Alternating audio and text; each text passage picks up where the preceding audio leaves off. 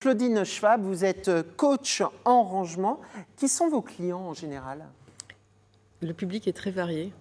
En fait, ça peut être des gens comme vous et des gens de tout âge, à partir de la trentaine jusqu'à mon client le plus âgé, 86 ans, issus de tous milieux sociaux. Et les gens qui font appel à vous, ce sont des gens qui sont vraiment débordés par les objets chez eux.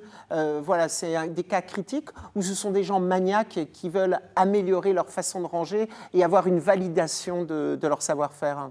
Alors, il y a différents profils. Vous avez des profils comme ceux que vous passez à l'antenne. Alors là, on a avant et après, oui. Voilà. L'ouragan Dorian est passé. Hein. Voilà, donc des gens effectivement qui sont débordés depuis de nombreuses années, qui ne savent pas du tout par quel bout commencer. Donc, ils ont besoin de quelqu'un comme moi qui va les aider. Et puis, vous avez aussi des gens chez qui je vais, où je suis même obligée de mettre des patins, tellement ils ont l'habitude de faire le ménage et d'entretenir leur maison, mais ils ont un problème uniquement avec les armoires.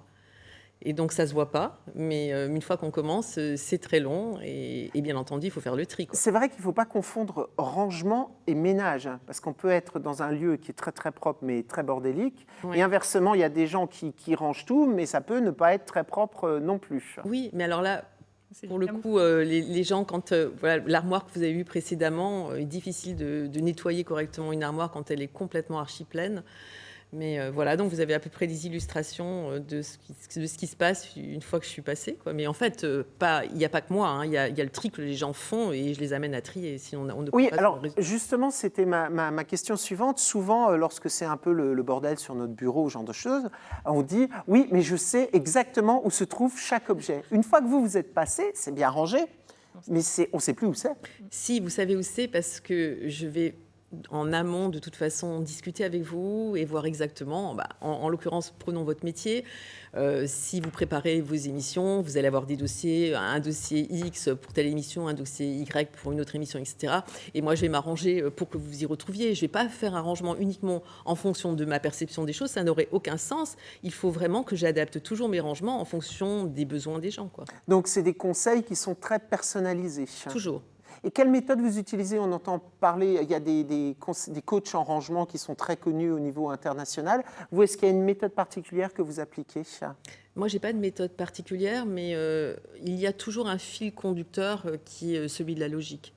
Donc, justement, quand vous me demandiez est-ce que je vais m'y retrouver une fois que vous serez passé, oui, forcément, puisque la logique, ça sera déjà de m'interroger sur la façon dont vous fonctionnez. Et en fonction de ça, je vais rendre votre bureau fonctionnel, pragmatique, et vous retrouverez vos affaires et encore plus facilement qu'avant. Et combien de temps ça prend? Parce que du coup, il faut apprendre à connaître la personne, son fonctionnement, et ensuite, il faut lui apprendre à ranger. Il faut ranger peut-être une première fois pour lui montrer. Ça prend combien de temps en tout? En fait, le temps, il est estimé et réadapté après, puisque en fonction de l'évolution de la situation dans la mission, on arrive à quelque chose de plus précis. Quant à la question d'apprendre à ranger, les gens... Enfin, mon but, c'est pas de leur apprendre à ranger, c'est moi qui range et c'est moi qui organise la maison. Je leur montre comment les choses sont en place et en général, c'est maintenu. Eux, j'ai besoin vraiment d'eux pour faire le tri, parce que sans tri, on ne peut pas réorganiser un intérieur. Maintenant, s'ils veulent vraiment que je leur apprenne à ranger, ça c'est l'objet de formation, de cours, etc.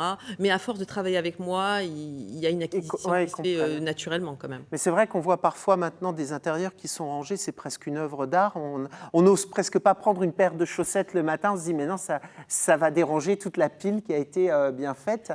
Et ça, non, c'est pas vrai, parce que quand la pile est faite de façon pratique et fonctionnelle, on ne dérange rien.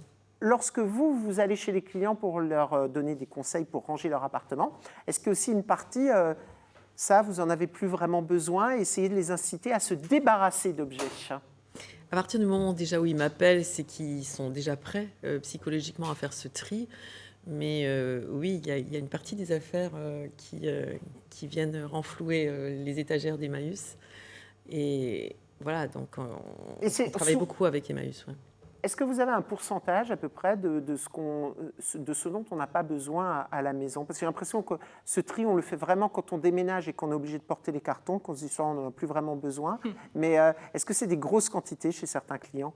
Sur la question, à propos de la question des déménagements, non, souvent les gens sont pris par le temps et ne font pas le tri avant de déménager. Et moi, je pourrais les accompagner aussi à ce niveau-là.